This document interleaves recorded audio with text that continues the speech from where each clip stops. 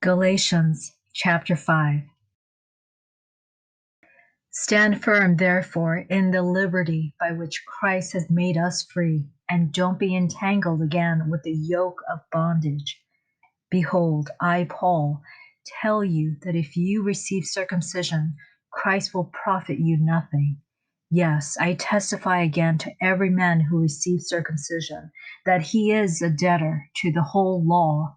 You are alien from Christ, you who desire to be justified by law. You have fallen away from grace, for we, through the Spirit, by faith, wait for the hope of righteousness. For in Christ Jesus neither circumcision amounts to anything, nor uncircumcision, but faith working through love. You were running well. Who interfered with you that you should not obey the truth? This persuasion is not from him who calls you. A little yeast grows through the whole lump. I have confidence towards you in the Lord that you will think no other way. But he who troubles you will bear his judgment, whoever he is. But I, brothers, if I still preach circumcision, why am I still persecuted? Then the stumbling block of the cross had been removed. I wish that those who disturb you would cut themselves off. For you, brothers, were called for freedom. Only don't use your freedom for gain to the flesh, but through love be servants for one another.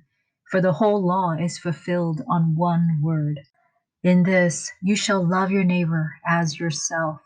But if you bite and devour one another, be careful that you don't consume one another.